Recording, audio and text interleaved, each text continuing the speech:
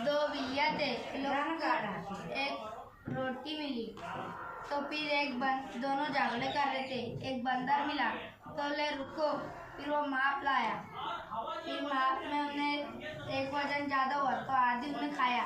फिर एक वजन से ज़्यादा हुआ तो फिर वो भी खाया। फिर उसके बाद पूरी खा डाली।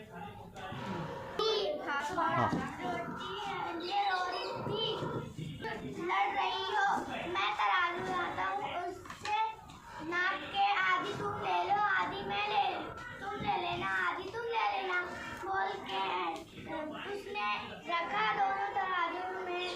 एक नीचे हो गया, एक ऊपर हो, तो उसमें से आधी खाया और आधी ऐसे करते करते बिल्लियाँ बोलते ये बंदर तो बहुत चालाक है, ये तो सारी रोटी खा लिया आधी आधी करके।